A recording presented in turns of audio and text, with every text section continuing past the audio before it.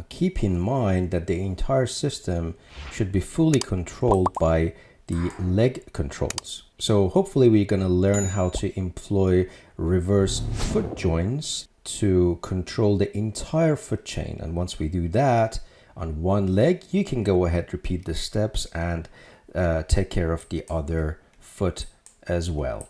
So for now, I'm going to start with the heel joint.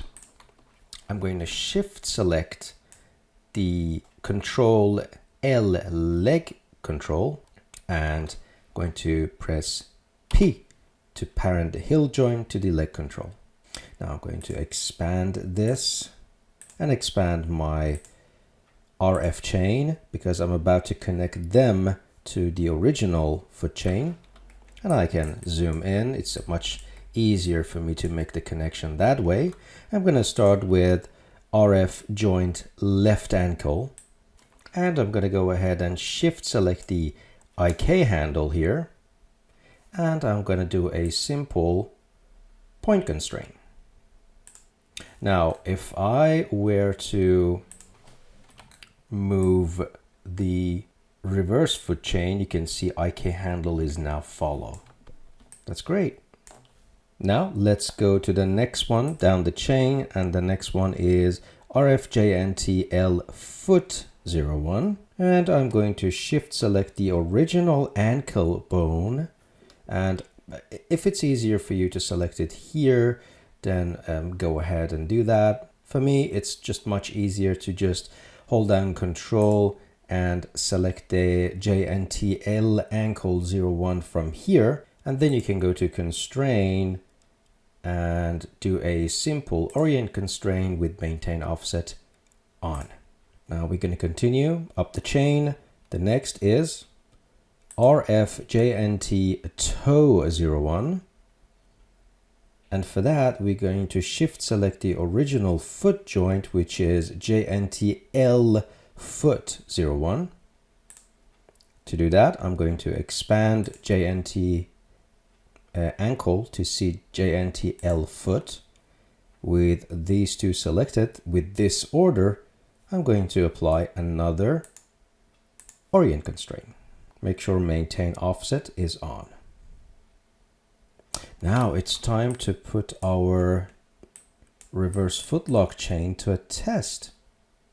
If you select the heel and pick rotate, you can see we can actually rotate the heel or rotate the foot via heel. And again, we have some skinning issues, but that's no problem at all. We can just fix that in no time.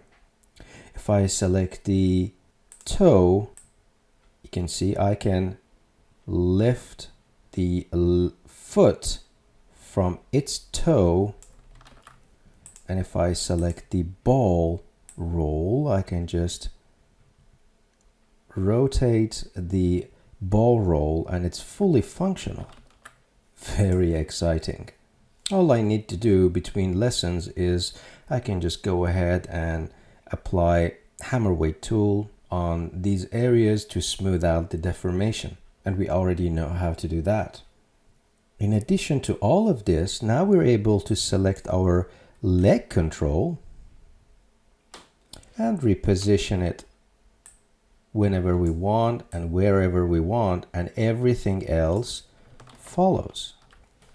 Now please go ahead and repeat this process for the other foot. I'm just going to pause the video and take care of the other foot, and then going to fix any possible artifacts on my deformation through weight hammer or probably component editor. That's not going to take much time. I'll be back in a second. All right, the other side is done. We need to find a more convenient way to control the foot roll. We don't want animators to edit directly on the joints. Eventually joints will be hidden and we will left with the character and our control curves to keep the scene clean. So select both leg controls and go to modify and add attribute. We start by selecting or by creating a displayable attribute to organize the channel box. Everything after this attribute will be, of course, keyable. Now we call this foot controls and make sure that it's keyable, and then press OK. And you can see we have foot controls. It's like a separator here and ready to go. Now with those two selected, let's go ahead to modify and add another attribute. This time it's going to be keyable, and we call this foot roll. And if you don't put space, Maya takes care of that as well. We're going to give this minimum and maximum, minimum of -1, maximum of 1, and leave the default attribute blank, or you can just set it to 0. If there's nothing in there, Maya will consider this as 0, and we press OK, then we have the attribute here. Now it's time to tie these movements into our foot roll, and so everything is fully automated and will be driven by this foot control. So we're going to use set driven key for that. I'm going to select the left foot control. I'm going to go to animation menu set.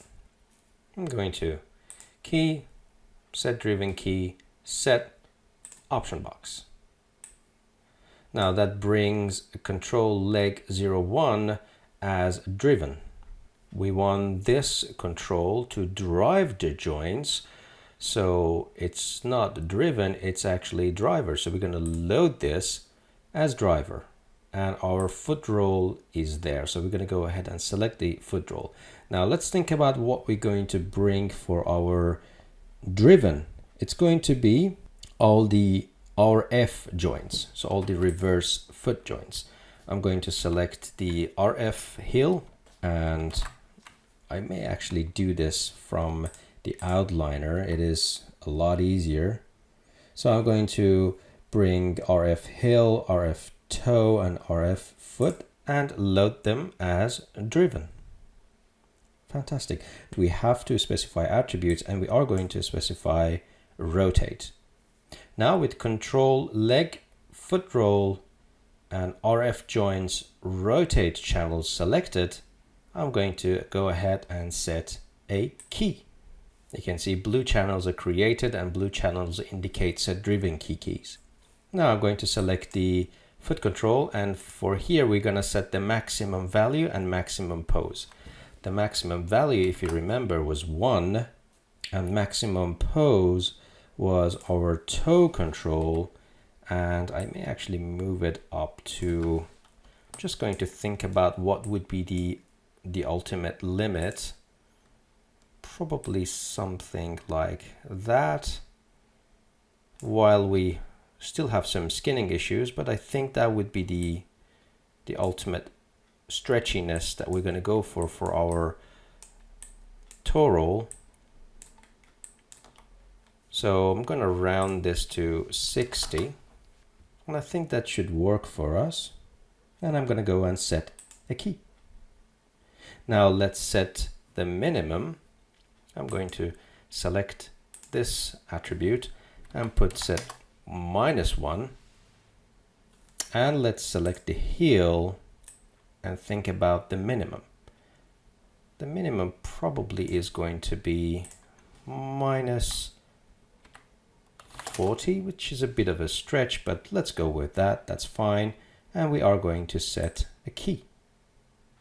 Now, if I go and select that controller again, select that foot control and drag to left and right, we can see the foot is going to do reverse foot lock.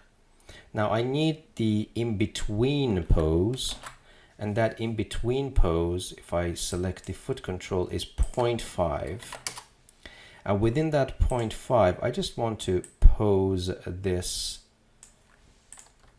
bone and have a ball roll instead. Something like that. And I'm just going to, again, round this to -40 and then set a key.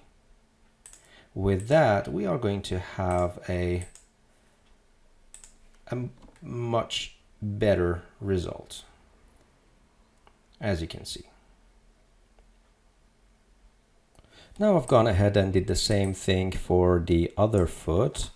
So if I go and turn off the joins and just select the character, you can see if I select the foot lock and go control middle mouse drag to left and right, we're now getting the deformation that we need. Very neat. Now if I go and try the other one, we should get the exact same thing. Good. Time to rig the fingers. Let's go up and bring back the joints so we can work on them. We need a set of controls for the fingers. Now there are many ways and methods to rig the fingers. Again, we are going to target the simplest way possible, and that is through what we just learned, adding attributes in the channel box.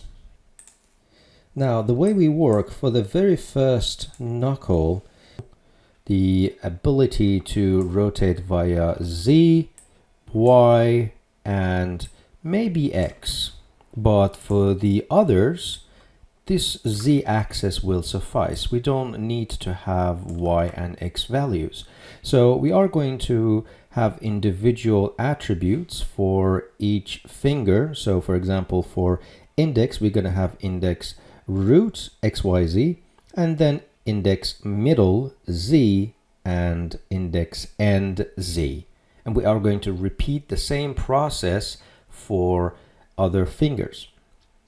So I'm just going to increase the playback speed. You can just follow along and just create the attributes on the channel box. We put the attributes on this control right here, control L arm. And once that's done, we're going to repeat that for the other side. Let's get those done first, and then we link each finger to each attribute through connection editor.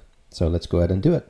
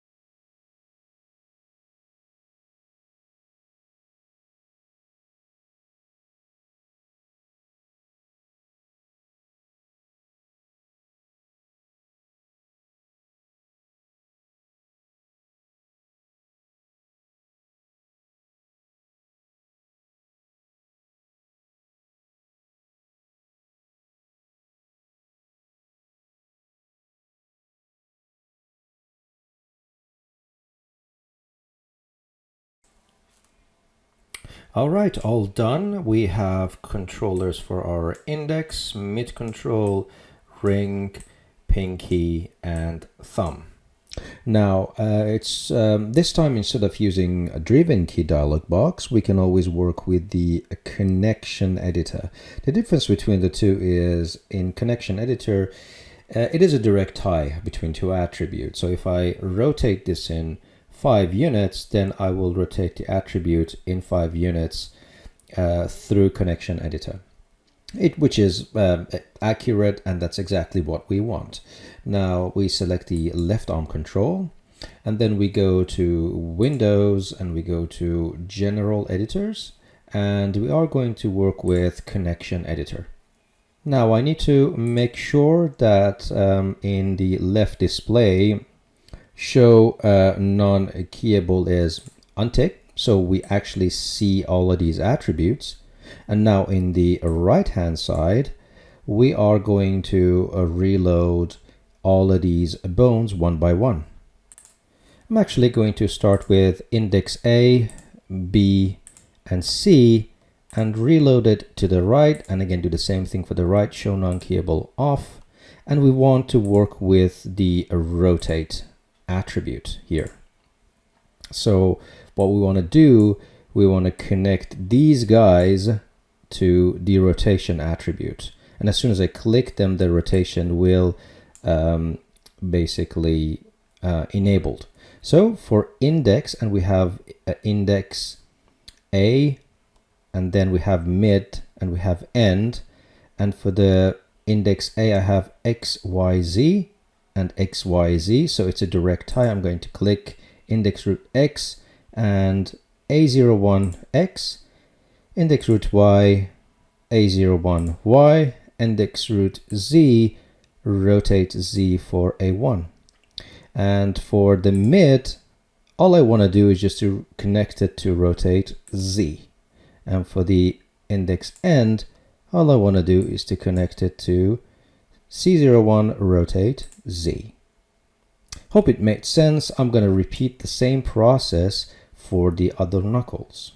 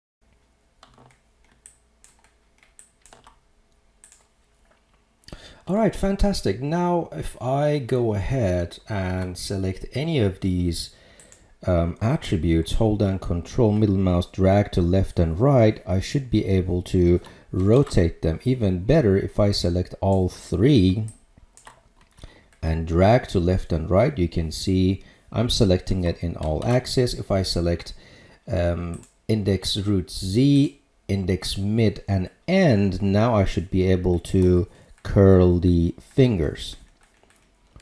This is really good. Now we have to spend the time and do the exact same thing for the other side. So again, you know how this works. I'm just going to pause the video and transfer what we've learned to the other side, and we'll be back. Now attributes are all set up for the right hand side as well. I can go ahead and have a look. So fingers are working correctly. I can just go ahead and select mid root Z, middle and end, and you can see I can move that as well. I can try that for thumb, and again it comes down to the how you set up the orientation for the joints, but for the most part it's working really well. So it actually puts us to the very last step when we just go ahead and set up controls for the eyes. So what we have in mind is to be able to create a setup so we can move the eyes or rotate the eyes separately and simultaneously. That's going to be a flexible rig for us. However, there is a little bit of problem here. I'm not sure if you guys have played around with the eye bone, which was working okay in the skinning session, but now if I select the JNT left eye and start moving it, this is a horror movie. No way we can work with that. The reason is the bind we had changed the influence on the eye, but that's no problem. It's actually a single click solution. We can quickly fix that. So we need to select the geometry first, shift select the left eye bone, and with the shift held down, select the right eye bone last. Make sure you're in rigging menu set, you go to skin, edit influence, and remove the influence. Now if I select the bone and start rotating it, everything is back to normal. Phew, that was a close one.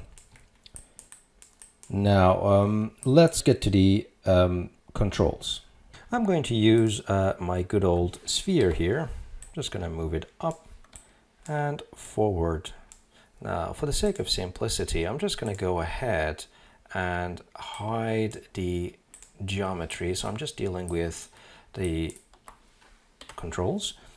So I'm going to rotate this sphere in x-axis 90 degrees. I'm going to hold down V and snap it to the eye bone. I'm going to probably scale in probably 0.4. That's a good number. I'm going to duplicate it, move it to the other side, holding down V, snap to the eye bone. Obviously, it's always a good idea to go ahead while we have this, because they are going to represent each side. We're going to go to Object Display and Drawing Override, and we're just going to go ahead and color them. So enable Drawing Override. We're going to make this side red and the other side blue. Now I'm just going to select both of them and bring them forward and delete its history. So I'm going to go to Modify and Delete History. I want the eyes to be straight looking at the eyeballs. Now let's go ahead and rename them real quick.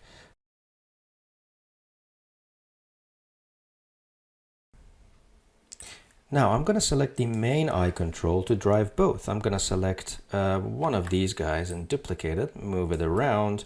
I'm going to go to, I may actually go ahead and scale this up and scale this only in x-axis to encompass both of them. I'm going to move it here. Probably need to scale it some more and work with a few of these points and just design it the way that I want to design. Something like that. That should do it. Again, I'm going to delete its history. So I'm just going to go to Modify, Freeze Transformation, and Delete History. And I'm going to rename it. So I'm just going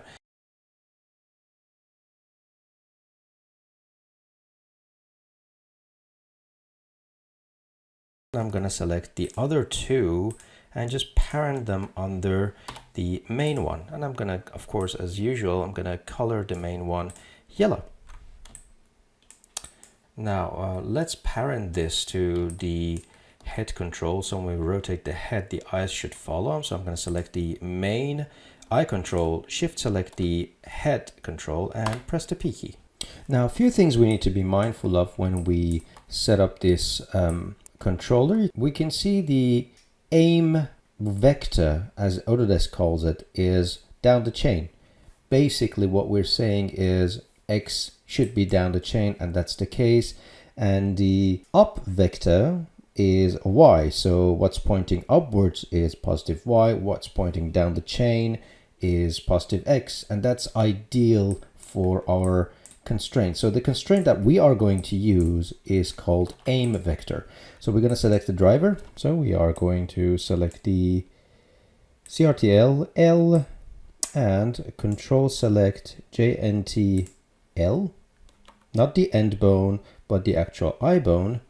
Then we're going to constrain, and the one that we are going to apply is aim constraint. Let's go and have a look at the option box. So we can see that the aim vector, the down the chain vector, is X, positive X, and the up vector is Y. So this means that it's going to work for us if we press add. We go and press add, and if I select this guy, you can see I can actually rotate and the bone follows. This means that if I bring the geometry back, I can move the controller and the eye follows. We can do the same thing for the other side. So I'm just going to select the other side. Now you can see the other side is flipped. So the aim vector is -1 and the up vector is -y. So this may be different in your rig. And that's why I'm explaining this, so you get to actually explore this. And so we are going to select the R controller, and I'm going to scroll up and find the I joint. Now I'm going to go to Constraint, aim vector, and I make sure that I put -1 for aim and -1 for the up vector, and apply. I'm going to bring the geometry back, and let's select the right one, and if we move, it works beautifully. So that's the only trick. And if I select the eye control itself, I can actually move both eyes at the same time, and that's why we parent the two to this controller, because we ideally want to only move the global eye. So CTRL I01, not individual eyes. It would be really weird to move individual eyes in different directions unless the brief calls for it. So that looks great. Obviously, unwanted channels are scale attributes. So I'm going to right click on them, lock and hide selected. Sometimes artists do go ahead and hide rotate as well, but just so you know, you can actually create this cross-eye funny stuff with rotate Z. So I'm just going to leave rotate Z, but rotate X and rotate Y, I'm going to go ahead and lock and hide that as well.